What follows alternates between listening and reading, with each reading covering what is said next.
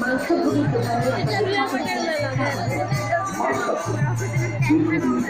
কীর্তন করতে করতে গেল সামনে কৃষ্ণ নিয়ে কিছু নেই।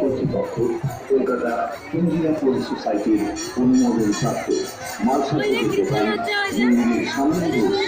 আপনারা ইঞ্জিনিয়ার সোসাইটির অনুমোদন প্রাপ্ত মালসাভোগী দোকান থেকে মাংস সংগ্রহ করুন। ন্যায্য দক্ষিণায় অযথা এদিক ওদিক ঘুরে বাড়তি মূল্যে মাংসাভোগ ক্রয় করবেন না।